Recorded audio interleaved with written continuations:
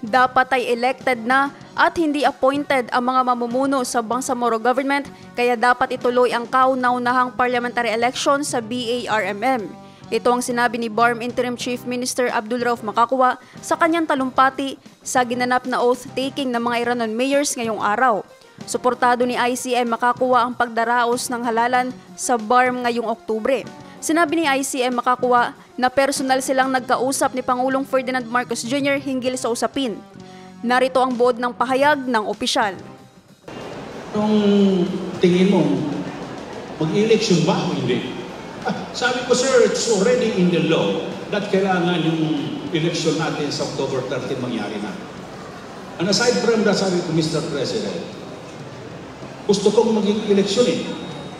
Kasi ako, from Menre to Senior Minister to MPW noon, hanggang umabot sa Governor, hanggang umabot ngayon, is appointment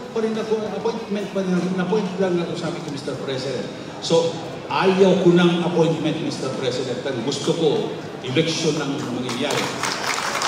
Otherwise, sabi ko, magiging Mr. Appointment ako. Hindi ko na yung gusto na mangyayari, sabi ko sa kanya.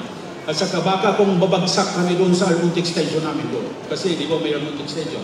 Kung extend, baka doon lang tayo mapunta sa extension. Sabi niya, good, if that is the case.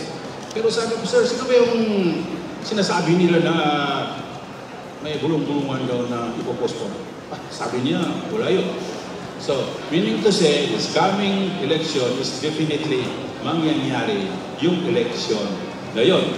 So, hindi election ng 2028, but election ng October 13 ang nangyayari sa atin.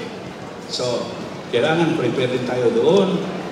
Hopefully, General Quimado will also, nandito pa siya noon, kasi he is a really tested individual to handle election na talagang magaling.